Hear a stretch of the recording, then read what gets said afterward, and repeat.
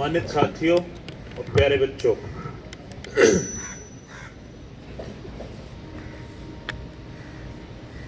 Morning prayer से ही हमारे अंदर ऊर्जा का संचार होना शुरू हो जाता है।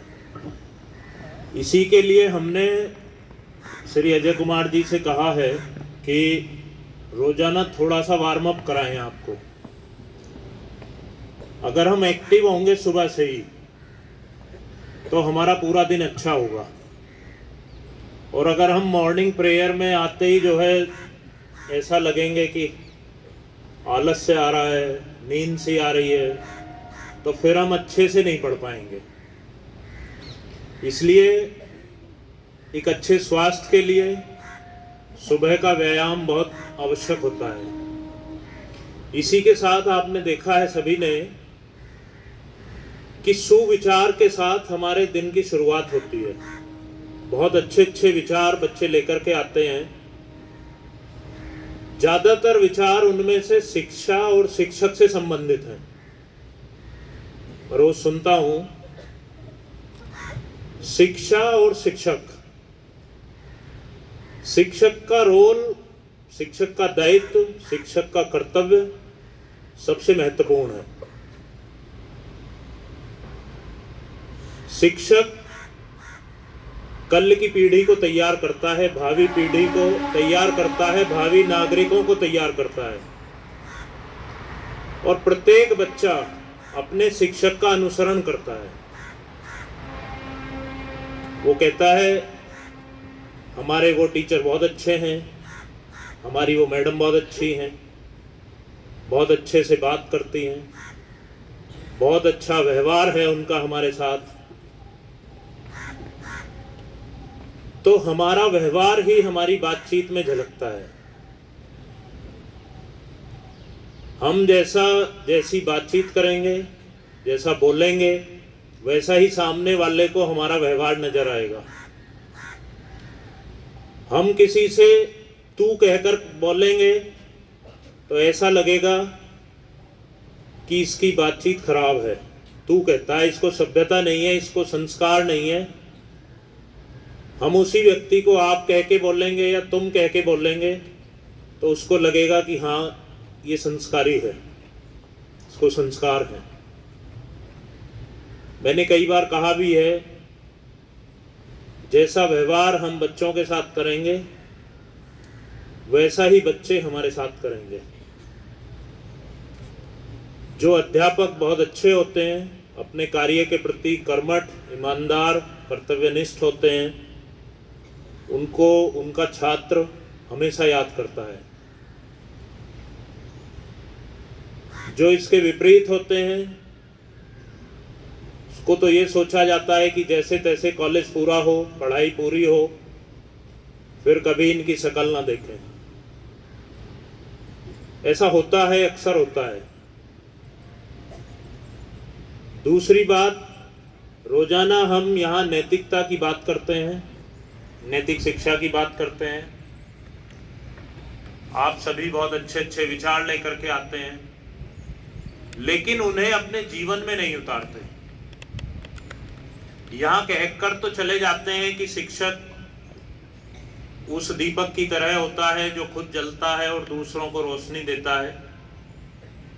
शिक्षक दूसरों को मार्गदर्शन देता है। शिक्षक अपने छात्र छात्राओं के प्रति गंभीर रहता है। लेकिन हम में से बहुत बच्चे, जो हमारे बच्चे हैं, वो उन बातों का पालन नहीं करते हैं। शिक्षक ने कहा कि कल टेस्ट होगा तो बहुत सारे बच्चे गायब हो जाएंगे। शिक्षक ने कहा कि कल कॉपी चेक होगी आपकी सबकी तो बहुत सारे गायब हो जाएंगे, कुछ ना कुछ बहाना होगा।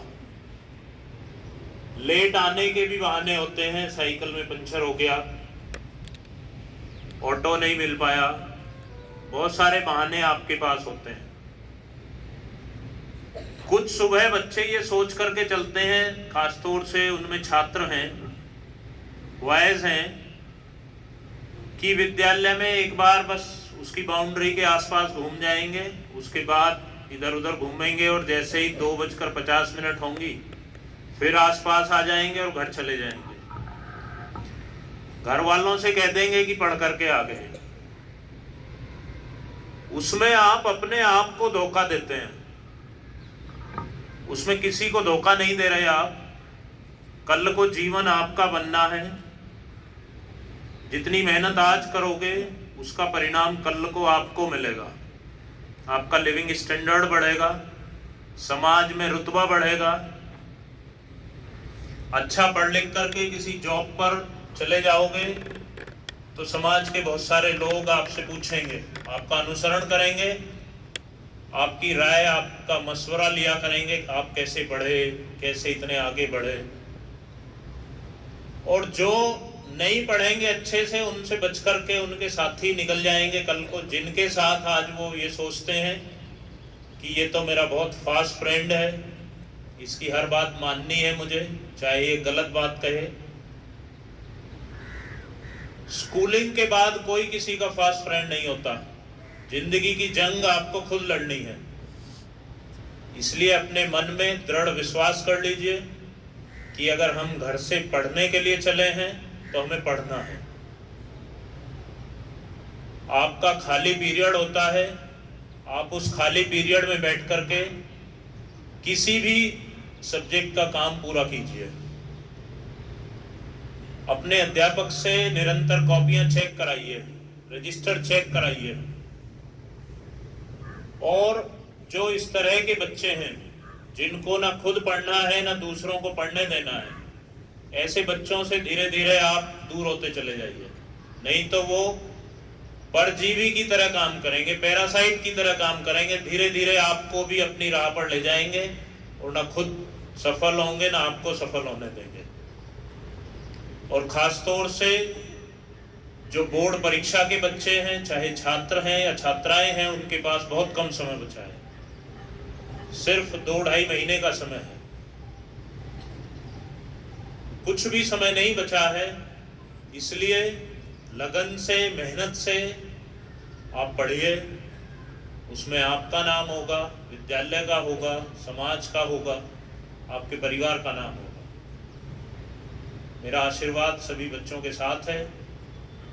अच्छे से पढ़ेंगे, मुझे खुशी होगी। मैं भी समाज के लोगों के बीच में कहूँगा, देखिए मेरा वो बच्चा जो है आज इस पोजीशन पर है, मेरा आज बच्चे ने एक ने मेरिट टॉप की है, मेरा बच्चा डिस्ट्रिक्ट में नंबर 1 पर आया है, प्रदेश की मेरिट में आया है।